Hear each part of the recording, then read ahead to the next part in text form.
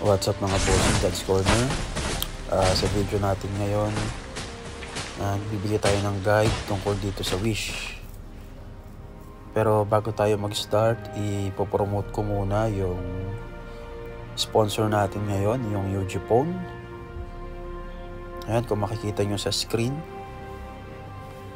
So, ang UG Phone ay cloud phone. Pwede mo siyang gamitin sa pag-grind 24/7 ng mga characters ninyo, ng mga accounts ninyo sa MMORPGs. So ito yung ginagamit ng mga most players sa pag-grind sa characters nila, no? AFK grinding.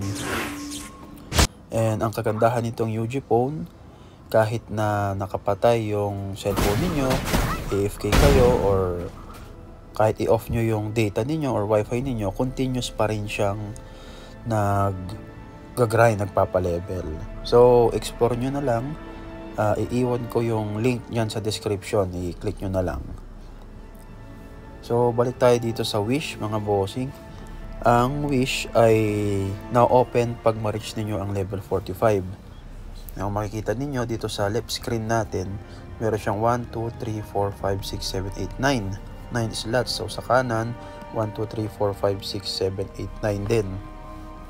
So makikita ninyo may mga iba't ibang stats na nakukuha dito sa Wish. So sa stage 1 dito sa pinakababa sa left side, ayan, so meron siyang mga corresponding na random to na stats na pwede ninyong makuha. So mapapansin ninyo may mga yellow, yan yung gold stats. So pag makalima kayo dyan, may ma-open kayo na na hidden stats or hidden slots, sabi. So tignan nyo, mapapansin nyo dito sa right screen, meron siyang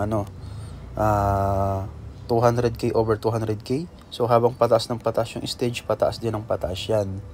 So mapupuno yung bar pagka maghahunt kayo ng monsters. Then once na mapuno yan, i-enhance nyo yung wish ninyo.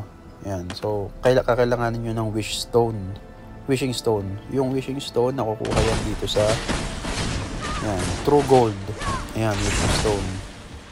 So, pwede rin sa mga shops. Meron din tayo sa events. Yan, explore nyo na lang, makikita nyo.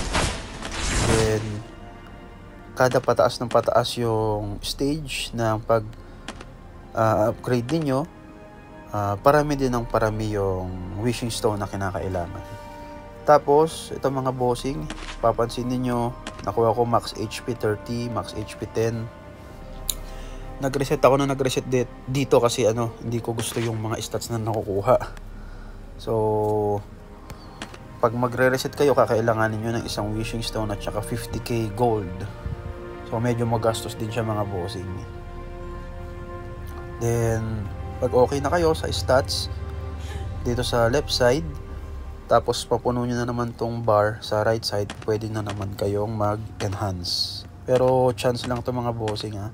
Habang pataas ng pataas yan, pababa ng pababa yung success chance. So medyo magastos siya mga bossing.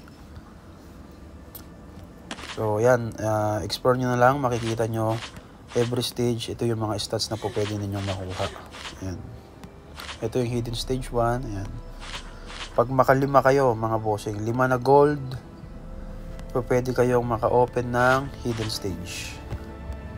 Okay, so yun lang mga bossing. Kung may mga katanungan pa kayo, mag-leave lang kayo ng comment sa baba. And susubukan nating sagutin. And syempre, don't forget to hit the subscribe button para updated kayo sa mga videos and guides na ilalabas natin. That's all guys, and thank you and see you again sa ating next video.